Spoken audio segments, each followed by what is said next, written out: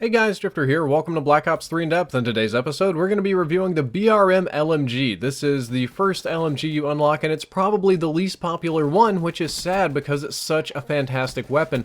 All the Gorgon love, all the 48 Dredge OP accusations, all that kind of stuff, and the BRM ended up just getting overlooked. So I'm going to try to put you on the BRM train today because it's such a good weapon, and we're going to start off, as we always do on In Depth, talking about damage. Its damage profile is very simple, dealing 40 damage up close, but decreasing down to 30 damage at a distance, and I'm going to classify this as high. As a matter of fact, I want to classify this as very high because it's going to take just 3 or 4 shots to kill, depending on your range, but it's almost always going to be 3 shots to kill. It's almost unfathomable that you wouldn't have 3 shots to kill unless you're shooting through a wall or something, because the 3-shot kill range is possibly the biggest in the entire game. It is really absurd, crazy bananas range at 127 meters, which is basically the whole map. 127 meters is longer range than you can realistically even engage with this weapon given the recoil or any optics except maybe the thermal sight, and it'll still be very difficult at that. So just keep in mind the 3-shot kill range is basically the whole map, which means it's basically dealing 40 damage almost everywhere, which makes it a very high damage light machine gun and thus very, very effective. Also of note for you hardcore players out there that still watch these videos, that means it's going to one-shot kill anywhere in the body, head, neck, feet, whatever, at almost any range on any map, and probably 2-shot kill through a wall. So it's a very effective weapon at hardcore because of the one-shot kill nature and because of how much you can spray with it. Headshot multiplier is 1.1x, meaning that it's useless at all ranges. If you get close range headshots, that takes the 40 to 44, which doesn't change anything, or 30 to 33 at long range, which doesn't change anything either. So headshots are useless at all ranges. I would like to point out though, if you're going to run a silencer on this weapon, it's going to cut your range by like 90%, so it'll be like a 12 meter 3-shot kill range, and you will encounter the 4 shots a little bit, so I generally don't recommend it. Rate of fire is 517 rounds per minute, which is the second slowest in the class next to the Gorgon, but we all know that the Gorgon fires incredibly slow, and this is relatively slow in general, though it's not that bad for light machine guns. It's just kind of like on the lower end of fire rates for light machine guns. It's not a bullet hose, it's not a fast firing machine, so don't treat it like one. It's an LMG. The BRM has consistently average time to kill with almost no variation over range. It's kind of its strength and its weakness. It shoots a little slow, but its damage is very high, and combined with all those things, the time to kill comes out being pretty average, and since there's no variation over range, it's pretty average over range. Some of the other guns beat it up close, most of them lose at very long distances, they're all about the same at medium distance.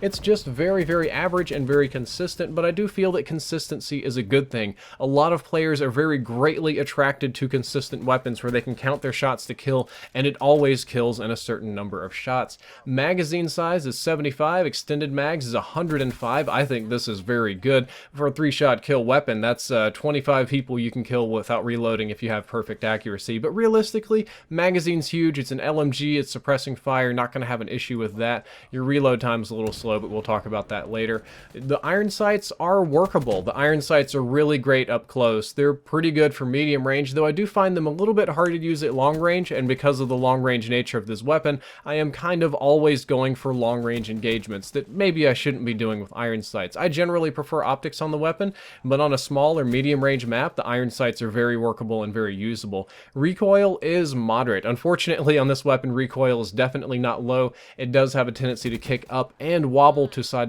so it's not a consistent recoil either. However, it is improved with the foregrip and with the recon sight, and you can change your stance to crouch or prone to further improve the recoil. I find that if I'm running grip and recon and I crouch, it is very, very accurate, so that's kind of how I try to run it when I can. It's what I would recommend you doing, but you're more than welcome to try anything you want. If you're on PC, or if you just have more skill than me, maybe you can control the recoil better. As you would expect with most light machine guns, the hipfire spread is poor. It's just not good at hip firing. Thankfully, it doesn't take many shots to kill, and it shoots at a decent rate of fire, so yeah, you can hip fire it. Yeah, you can hip fire, like spray people down, but wouldn't recommend it unless you have to, unless you're desperate, but it definitely can work if you're desperate. One cool thing about this one is that it has the same base movement speed as assault rifles at 95%. So SMGs move at 100%, assault rifles will move at 95% of normal speed, and light machine guns, this one in particular, surprisingly still move at 95% normal speed, so you're not moving around the map really slow, you're not chugging around, you're actually moving at a decent pace, which I think is a good thing and is surprisingly powerful. It's one of the things that the pros said made this weapon overpowered. Another interesting thing is that it has faster than average aim down sights movement speed for light machine guns. So as you would expect in the light machine gun class, when you aim down sights and you try to sidestep or move or whatever, it's pretty slow. In some cases in past COD games, it's been miserably slow, and it's definitely that way for some of the light machine guns in Black Ops 3, but this one is a little bit faster than average. It's not fantastic. I don't want you to come off of this thinking it's got like some awesome ADS fast move speed, but it's just less punishing than the others, and I wanted to point that out. Aim down sights time is 350 milliseconds, which is average for the light machine gun class. It's similar to sniper rifle ADS times. It's pretty slow compared to most other weapons, but average for the class, and I'm going to say quick draw grip is highly preferred. I like snap aiming. I just, as a COD player, I personally hate slow aim down sights times. It just drives me bananas, so I'm going to recommend a quick draw grip to you guys because it helps me a ton, and I'm just trying to help you get better at this game. Reload time is 7 seconds. That is extremely slow, but that makes sense because it's a light machine gun and we're changing a giant box magazine of 75 rounds. Just keep in mind, reload time really slow. Fast mags, not bad at all. I'd probably rather run fast mags than extended mags on this one given the difference, but just make sure you're safe when you start reloading. Interestingly enough, it has a medium wall penetration factor, but it's still pretty easy to wallbang with. So you would think that light machine guns would have a high wall penetration factor and wallbang really easily.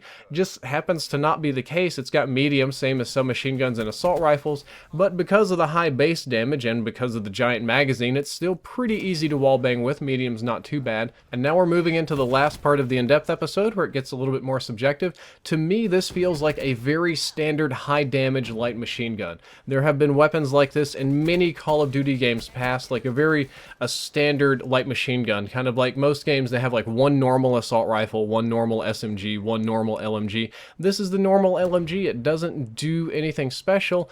And the weapon's strength is its consistency. That's what makes it so good. That's what I'm going to tell you is good about this weapon.